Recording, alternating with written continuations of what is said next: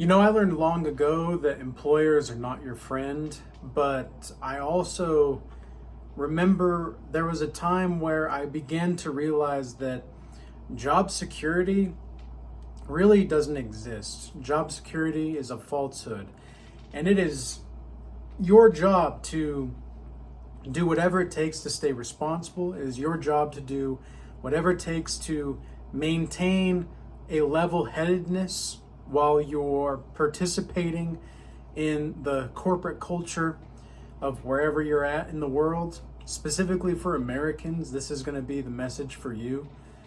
But you always hear oh guys, we're a family here. We're here to build each other up.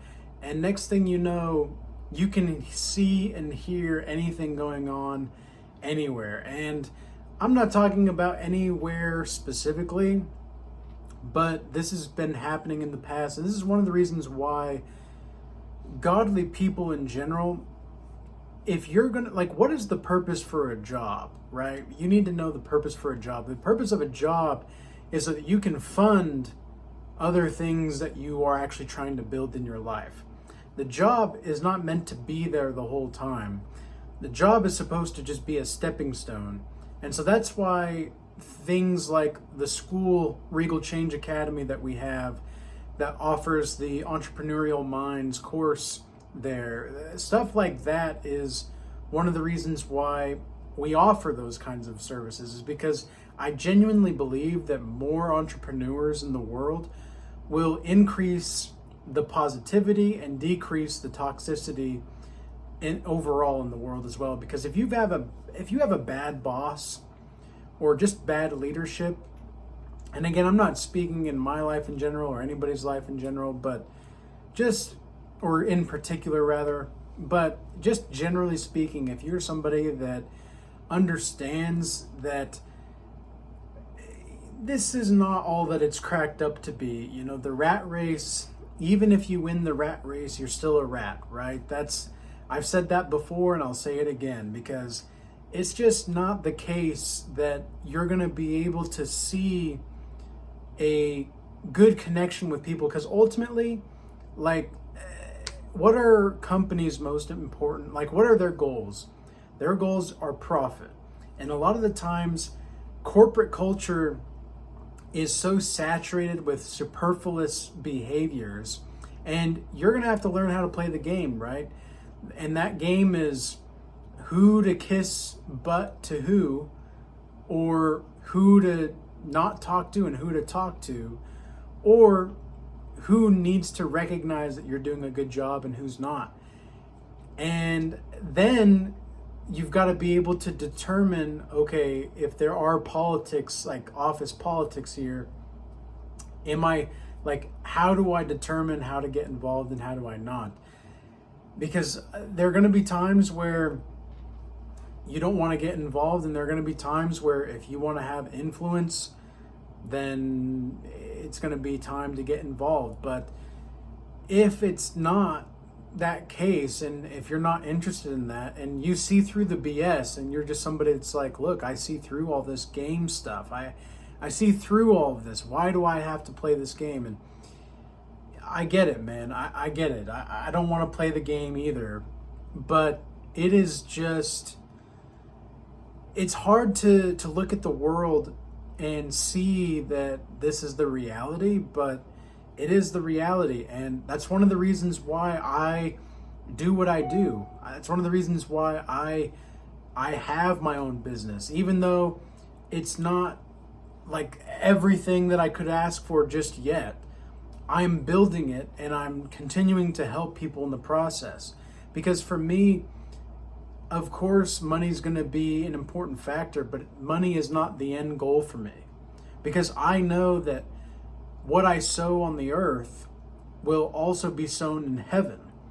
And I understand that heavenly things are going to be more important than earthly things. Even though what I sow on earth will be sown in heaven, I understand that the heavenly things are going to be more important. And that sometimes God is going to test you to see whether or not you're capable of this. So this is why I recommend everybody to get an emergency fund. Be responsible. Because if you're responsible, then whew, thank God you're responsible and you can do what you need to do. But if you don't have that emergency fund and you're not living below your means and you are living that paycheck to paycheck life, be careful, man. Be careful, because I've been there and I made that mistake long ago. I made the mistake of not having an emergency fund, and I had to take any job I could right off the bat, and it was not a good look for me at the time. It was not a good opportunity for me, even though that's what I had to do. But it's because I didn't have an emergency fund. If I had an emergency fund where I had 6 to 12 months worth of money available, to where if something happened, I knew I'd be okay and I'd have time to restructure everything and to still be living below my means, then that's what's going to be most important. And you have to have faith in those times as well. It's not easy to live through those times where you see through the games, you see the BS, and you're thinking to yourself, man, I'm not sure what's going to happen. Because as soon as you start to see layoffs happen, if that's happening in whatever job that you're in, you best believe that sooner or later it's gonna happen to anybody, because that's a sign that leadership is taking a certain direction that doesn't have you in their vision. And fortunately, like, if you have the wherewithal to understand that this is a possibility, then start applying for jobs, start saving money, start doing what you need to do to ensure that you're not gonna fall on your face and that you can still stand on your feet.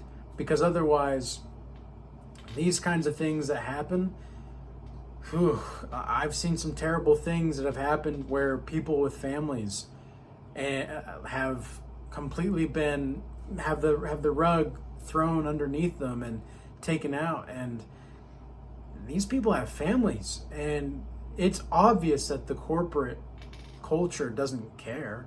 It's obvious. But what are you supposed to do about it? Well, you can pray for them, you can be there for them, but ultimately you don't really necessarily have the influence all the time. And people that are in that corporate culture, they can be so cutthroat and so cold-hearted that it really is only about the money for them. Like, it really is. And that's who they are. That's their prerogative. It is what it is. You have to accept that. And that's one of the reasons why, again, I encourage everybody to start their own business, or to have things that they're investing in, or to do things on the side. Because if you have multiple streams of income, even if it's not a lot, even if it's just a little bit here and there, if you have just a little bit of streams of income to where you can look at this life that you're living, and if something happens, you still have maybe $50 here or $100 there, or whatever the case may be. It's better than nothing, right? Or it's better than not having any kind of stream of income at all. And that's where I was years ago. Like, I was just so not in the understanding of what could happen and the responsibilities that it would take for me to be the kind of man that I needed to be, so that I could have that responsibility. And it is your responsibility to have that emergency fund, to have those things saved up, to be ready for anything. And job security, again, is just, it's not real, guys. It is not a real thing. I think it's necessary for everybody to work a kind of crappy job, or to have that come up where you can appreciate the good times where they come. But, I remember being in the warehouses. I remember being a server at restaurants. I had some of the rudest people that I've ever met when I was serving at the restaurant. I used to be a server at Denny's and IHOP, and I was working double time over one summer, and it was the 4th of July, and there was this person that never tipped me, and I did everything for this person. I did everything I could possibly do because, oh, he ordered a steak. This guy ordered a steak. And when he got the steak, he ate half of it. And I went, after a minute or so, I went over like, hey, is everything okay? He said, yes. Okay, I went and I took care of my other clients. Well, they weren't technically clients, but you guys know what I'm saying. Took care of my other tables. And then I came back and he raised his hand and he was like, I need this steak to go back. It's not cooked enough. The guy had eaten like half the steak. And I was like, well, sir, I just checked on you and you said everything was okay. And he was like, well, somebody doesn't want their tip. I mean, this was crazy. This was crazy to me. I was just befuddled because here's this guy. And I've seen some other things as a server that I couldn't even possibly imagine, the way that some people treat their families. And I remember seeing this one couple come in with a couple of kids, and the male and the female, this couple, they were fat, okay? Let's just be real here. They were fat, and they looked like they were well fed, okay? And the kids were scrawny and skinny. And they ordered for themselves, but they didn't order anything for the kids. And I was like, okay, well, maybe they're going to share their food or something. And they didn't. They didn't share the food. And I was like, man, am I watching child abuse like before me? Do I say something? I don't know what to do here exactly. And I was only 16, 17 at the time. And so I was just, again, another befuddled situation. And I thought to myself, how could people treat other human beings, especially if they're their children, like this? And I got a glimpse into what people can really be like sometimes. And I already knew that a lot of the times people were kind of screwed up because I had a certain upbringing of my own. And I was aware of the terrible things that people were capable of. But there was a point where I was about 17, 18, where I just thought to myself, is anybody healthy? Like, is anybody healthy in the world? Because it sure as hell doesn't seem like it. I don't know if I would know a healthy person if I saw one. And now that I'm actually healed, I can tell, oh, okay. Really easy to tell who's healed and who's not. And the people that are healed are very far and few between. But most of the people that are in corporate jobs, guys, I mean, it's only about the money for a lot of these people. It really is. And, you know, if you don't adhere to certain political ideologies and you make it known that you don't, that's going to be something that could be detrimental to your job position down the line. And so you've got to be careful with that. But you also, it's like we're already merging into this communist world, but it's almost like a mix of communist slash liberalist slash almost freedom of speech question mark in America. And I can only imagine what it's like in other parts of the world, but this is just what it is, guys. And this is the video for tonight. I've had a lot of stuff on my mind recently, so I haven't been making as many videos as of late, even though I'm still pretty consistent. I haven't been making them daily over the past couple weeks because there's just been so much I've got to work through and trying to keep up with. And I am keeping up with it, but now it's like God has put a fire under my butt and I need to start moving a certain way. But overall, guys, that's the video. I hope this message was useful or insightful for somebody out there.